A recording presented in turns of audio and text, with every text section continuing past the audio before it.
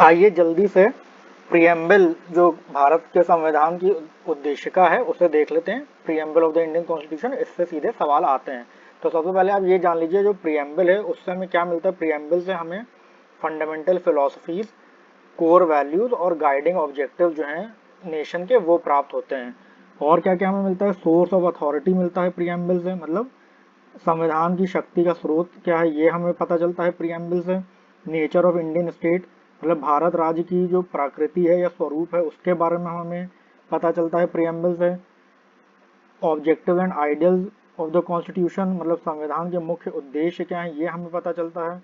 और date of adoption, मतलब संविधान को अपनाने की तिथि क्या है ये हमें पता चलता है। ठीक है, प्रिएम्बल से। तो अगर कभी कोई आपसे पूछे कि what do you mean by preamble, तो उसका एक लाइन में आंसर ये होगा the preamble lays down the introduction to the constitution. ठीक है, कभी आपसे इंटरव्यू में कुछ पूछा जाए तो इस तरीके से आप बता सकते हैं। तो आइए बिना देरी किए शुरू करते हैं।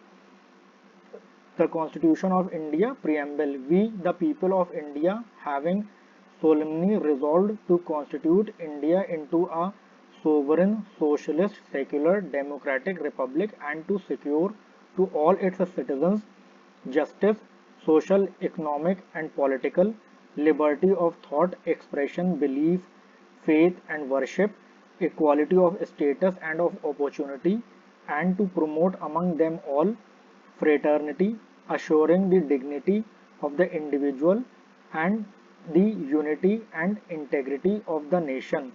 In our Constituent Assembly, this 26th day of November 1949, do hereby adopt, enact and give to ourselves this constitution। तो यहाँ ये वन लिखा है, ये इसका क्या मतलब ये देख लेते हैं।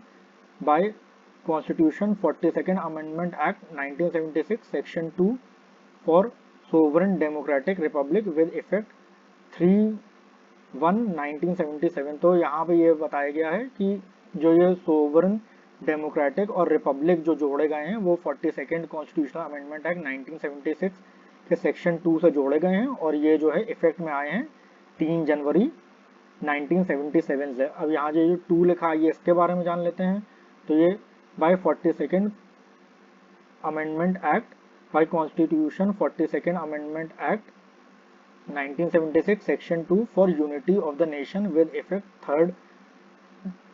3/1/1977। तो यहाँ ये बताया गया ये जो unity of the nation term जोड़ा गया है ये भी 42nd कॉन्स्टिट्यूशनल अमेंडमेंट एक्ट 1976 के सेक्शन 2 के थ्रू जोड़ा गया है और जो कि इफेक्ट में आया है 3 जनवरी 1977 से। आइए हिंदी में एक बार देख लें।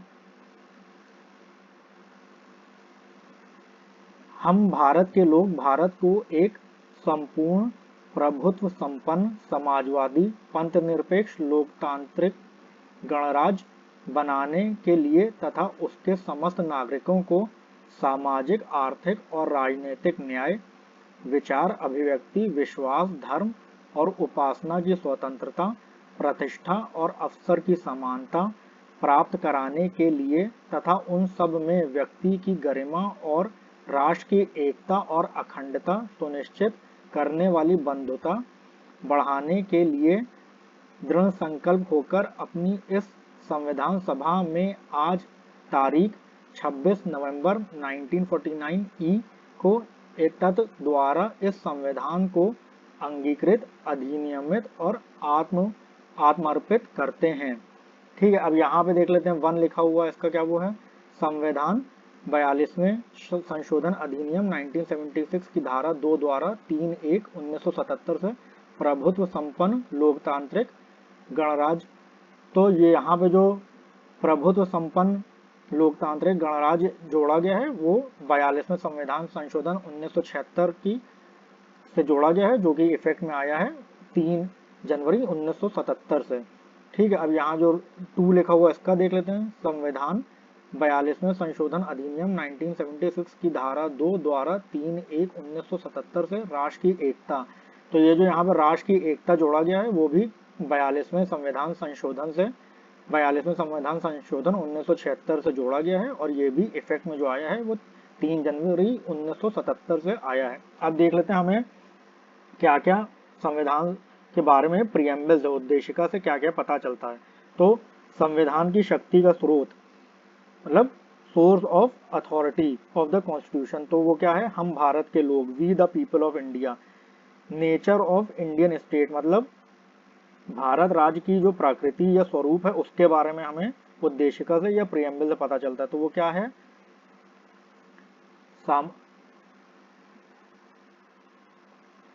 Sovereign. Nature of Indian state क्या है, सोवरेन, सोशलिस्ट, सेक्युलर, डेमोक्रेटिक और रिपब्लिक। हिंदी में क्या हुआ ये, संप्रभु, समाजवादी, पंथ निरपेक्ष, लोकतांत्रिक, गणराज्य। ठीक है, फिर ऑब्जेक्टिव्स एंड आइडियल्स के बारे में, मतलब संविधान के मुख्य उद्देश्य क्या हैं उसके बारे में हमें प्रियम्बल से या उद्देशिका से पता चलता है। तो क्या क्या है ये, जस्टिस, लिबर्टी, इक्वालिटी और फ्रेटर्निटी, मतलब न्याय, स्वतंत्रता, समानता और बंधुत्व।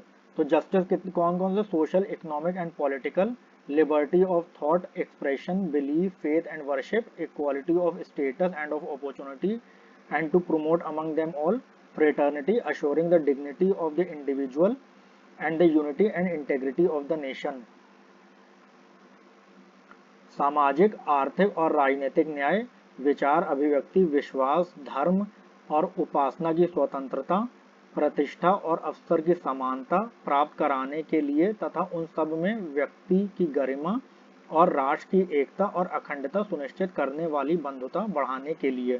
ठीक है, ये हमें संविधान के मुख्य उद्देश्य पता चल गए उद्देशिका से। और डेट ऑफ अडॉप्शन, मतलब संविधान को अपनाने की जो तिथि है वो है 26 नवंबर 1949। ठीक है, तो the constitution was adopted, enacted and given to us on 26 November 1949। इसीलिए जो 26 नवंबर की डेट है उसे नेशनल लॉ डे भी कहा जाता है। ठीक, मतलब राष्ट्रीय कानून दिवस 26 नवंबर को इसीलिए कहा जाता है। ठीक है, तो इससे प्रियम्बल से लगातार सवाल आते हैं। इसमें क्या सोर्स ऑफ अथॉरिटी पूछा जा सकता है आपसे, मतलब जो वी द पीपल है।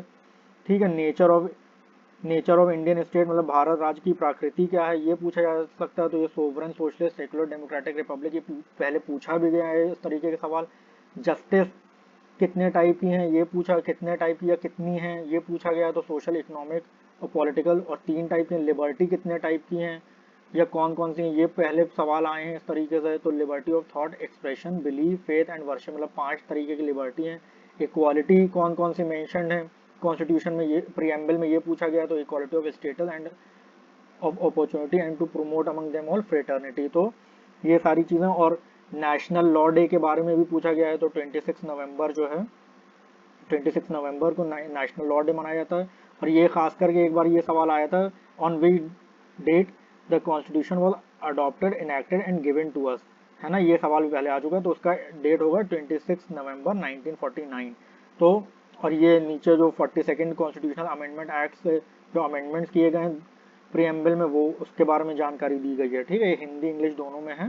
तो आप ये इस वीडियो को जब आप अच्छी तरीके से देख लेंगे तो आपका प्रियम्बल से जो है कोई सवाल गलत नहीं होगा। ठीक है, और प्रियम्बल से लगातार सवाल पूछे जाते हैं। अभी जो लोग बीपीएससी देने जा रहे हैं या जो लोग इलाहाबाद हाईकोर्ट का आरओ कंप्यूटर असिस्टेंट के एग्जाम को फोकस कर रहे हैं या यूपी पीसीएस को फोकस कर रहे हैं या किसी भी एग्जाम को फोकस कर रहे हैं जिसमें पॉलिटी आता है, तो उसके लिए ये बहुत इंपॉर्टेंट टॉपिक है। ठीक है, इसे आप रेगुलर देखिएगा। और भी जो टॉपिक्स हैं और भी जो वीडियोस हैं दूसरे टॉपिक्स पे चैनल पे, उसको भी आप लोग रेगुलरली देखिए। खास करके जो ट्रिक्स वाली वीडियो हैं, चाहे वो बुद्धिस्ट काउंसिल वाली ट्रिक हो या ब्लैक सी रेड सी वाली ट्रिक वाली वीडियो हो या फिर कैस्पियन सी और जो बाकी लेक्स हैं इंपॉर्टेंट उनकी वीडियो हो, उससे आपको ट्रिक वाली वीडियो से भी हेल्प मिलेगी। ठीक है, और कोई आपका डाउट हो या कोई सजेशन हो तो कमेंट बॉक्स में ज़रूर कमेंट करिएगा। आपको ये वीडियो कैसा लगा ये भी कमेंट बॉक्स में ज़रूर बताइएगा। जाने से पहले वीडियो को लाइक करना, शेयर करना और चैनल को सब्सक्राइब करना मत भूलिएगा। बहुत जल्दी मिलते हैं अगले वीडियो में। बहुत बहुत शुक्रिया।